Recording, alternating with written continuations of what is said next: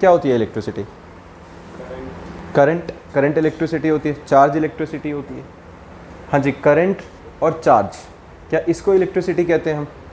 मतलब किसी से अगर मैं ये पूछूं कि भाई इलेक्ट्रिसिटी क्या है, तो कोई कह रहा है कि करंट है, कोई कह रहा है कि चार्ज है, और क्या होता है?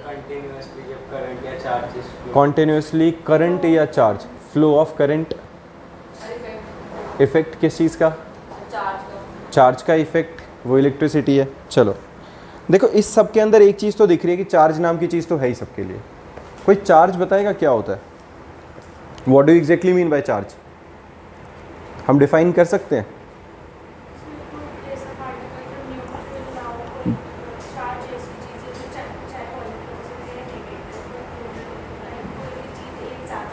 एक ज़्यादा होगी, एक कम होगी, चलो लगा लेते हैं। मेरे पास ना ये पेन है बच्चा, क्या ये पेन चार्ज्ड है? लेट अस अज्यूम चार्ज नहीं है, किसी तरीके से मैंने अर्थिंग करी हुई है, मेरे पैर अर्थ से टच हो रहे हैं और मैं इसको ग्राउंड के साथ टच कर देता हूँ। ये लो, ये लोहे का था, मैंने टच कर दिया, अब इसके ऊपर कोई चार्ज नहीं बचना चाहिए, अर्थिंग हो जानी चाहिए। इसके अंदर क्या कोई चार्ज है या नहीं? है चार्ज। क्या कैसे है अब चार्ज इसके अंदर?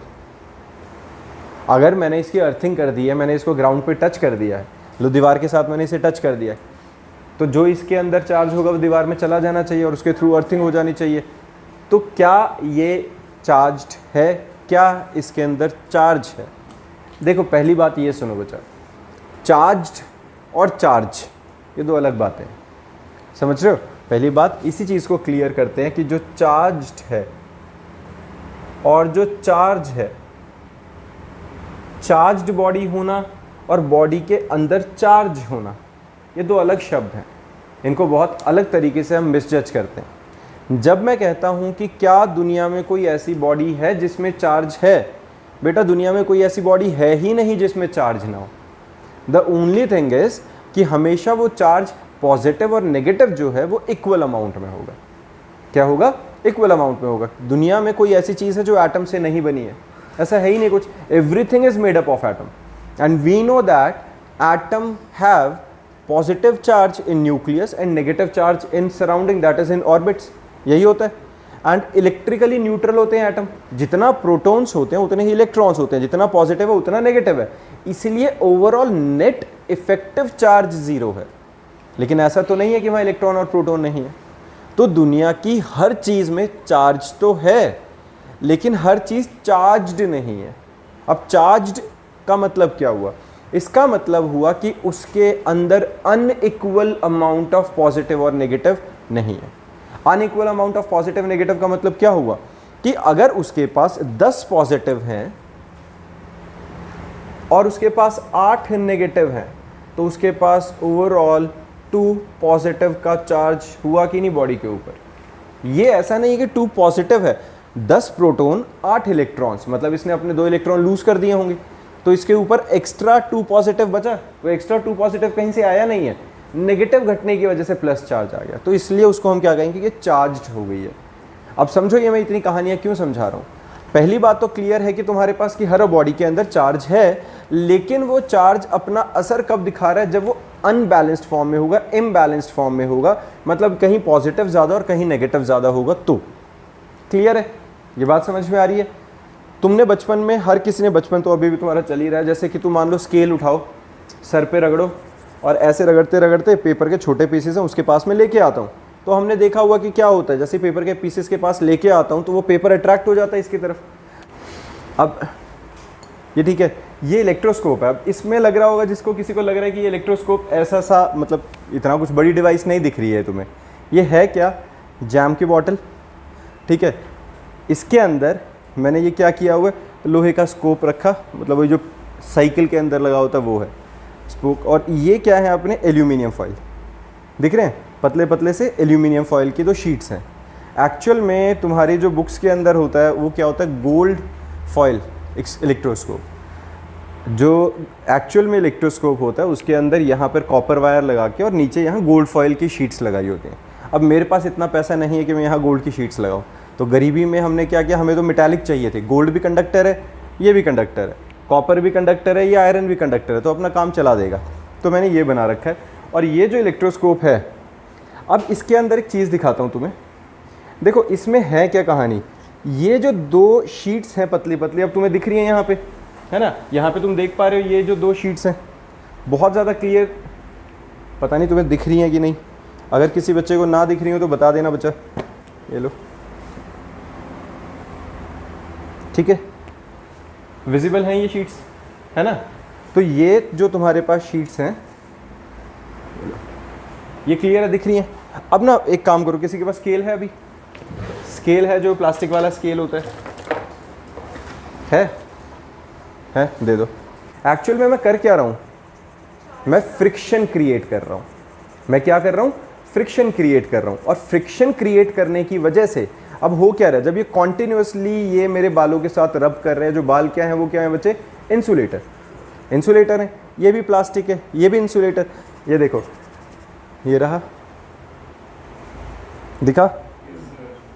और वो हो क्या रहा है, वो दोनों जो हैं वो दूर, ये देखो ज़रा, ये अगर मैं इसके साथ रब कर रहा हूँ, मेरी बात समझना बच्चे, इसको मैं रीज़न समझाता हूँ ये कर क्यों रहा हूँ। ये किया, अब मैं इसके पास लाया तो दिख रहा है रिपल्सिव फोर्स उनके बीच में, और मैं टच नहीं कर रहा हूँ, देख पा रहे हो तुम, मैं टच नहीं कर रहा हूँ, मैं क्या कर रहा हूँ, सिर्फ पास ला रहा हूँ।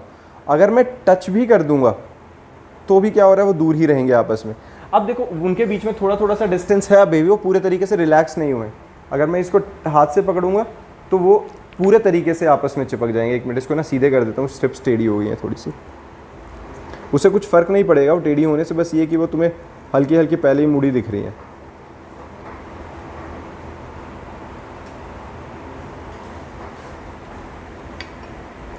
अब ये हो क्या रहा था वो समझाता हूँ मैं। एक्चुअल में करो भाई साहब, अब आप लाओ इसके पास, हुआ बिल्कुल हुआ, बिल्कुल हुआ, दिख रहा है वो ठीक ठाक डिस्टेंस पे आ गए, है ना। दूर करो, वो देखो थोड़े से रिलैक्स हुए। अब इसको अगर मैं टच करता हूँ तो टच करने से ये क्या हो जाने चाहिए, ये थोड़े क्लोज आ जाने चाहिए अपने बिल्कुल इनिशियल पोजीशन पे, वो वहाँ से टच हो गए। अगर फिर से ये करेगा, स्केल को पास लाएगा तो फिर ये दूर चले जाएंगे, ठीक है। ये हो क्या रहा है अब समझो, बैठ बचा बस, ठीक है। हो क्या रहा है, और ये जो मैंने यूज़ किया था, ये क्यों यूज़ किया था, क्योंकि पूरा प्लास्टिक है ये भी, तो सेम ही काम करेगा, कोई भी इंसुलेटर वाला काम हो सकता था। अगर मेरे पास यहाँ पे एक नायलॉन क्लॉथ होता, मैं उसको इसके साथ रब करके उसके पास लेके आता, तब भी ये सेम होना था।